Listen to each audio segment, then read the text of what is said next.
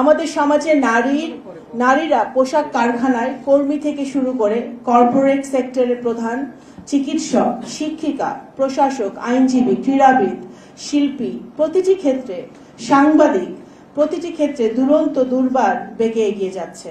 আন্তর্জাতিক পরিমণ্ডলে, বিশেষ করে জাতিসংঘে শান্তি রক্ষা কার্যক্রমেও তারা বিশেষ সাফল্য অর্জন করে চলেছে।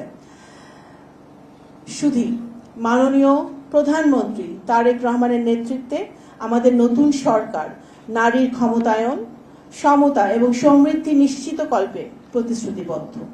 সেই লক্ষ্যকে সামনে রেখে সরকার মেয়েদের জন্য অবৈতনিক স্নাতকোত্তর শিক্ষা কার্যক্রম চালু করবে। একই সাথে দরিদ্র পরিবারের, বিশেষ করে মহিলাদের অর্থনৈতিক নিরাপত্তা নিশ্চিত করার জন্য পরিবার কার্ড বা ফ্যামিলি কার্ড এবং কৃষক কার্ড কর্মসূচি চালু করা হচ্ছে। আপনারা ইতিমধ্যে সেটা আপনারা জানেন।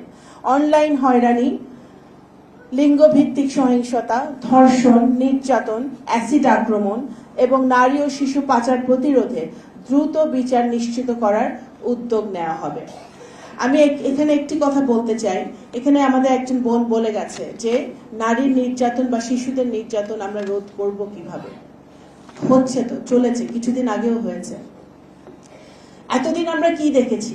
প্রত্যেকটি ক্রাইম, প্রত্যেকটি ধর্ষণ তাকে রাজনৈতিক কালার দেওয়া হয়েছে, কিন্তু যে আসামি, যে ধর্ষক, তার কোনো রাজনৈতিক পরিচয় থাকা উচিত না।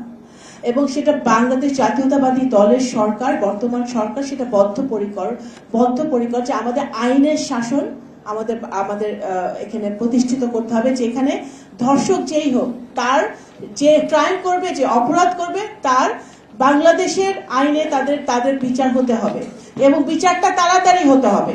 বাংলাদেশে এখানে যারা আইনজীবী আছেন বা কেউ আছেন নাকি আমি জানি না, এখনো বাংলাদেশে আমাদের কোর্টে এখনো শয়ে মামলা, কিন্তু ধর্ষণের মামলা পড়ে আছে, তার কোনো বিচার হচ্ছে না, ধর্ষকরা ঘুরে বেড়াচ্ছে।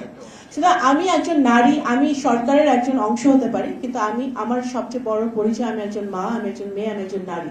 বাংলাদেশের নাগরিক হিসেবে আমি আমার ক্ষুদ্র জায়গা থেকে একজন রাজনৈতিক কর্মী হিসেবে আমি সবসময় সচেষ্ট থাকবো যেন একটা ধর্ষকও যেন বাংলাদেশে বিনা বিচারে, মানে বিচার ছাড়া তারা ঘুরে না বেড়ায়। তারা যেন তাদের ক্রাইম যেটা তারা করেছে সেটা প্রাপ্য তারা যেন পায়, তারা যেন সেই বিচারের মুখোমুখি তারা হয়, সেটা যেন আমাদের নিশ্চিত করতে হবে সবাইকে মিলে।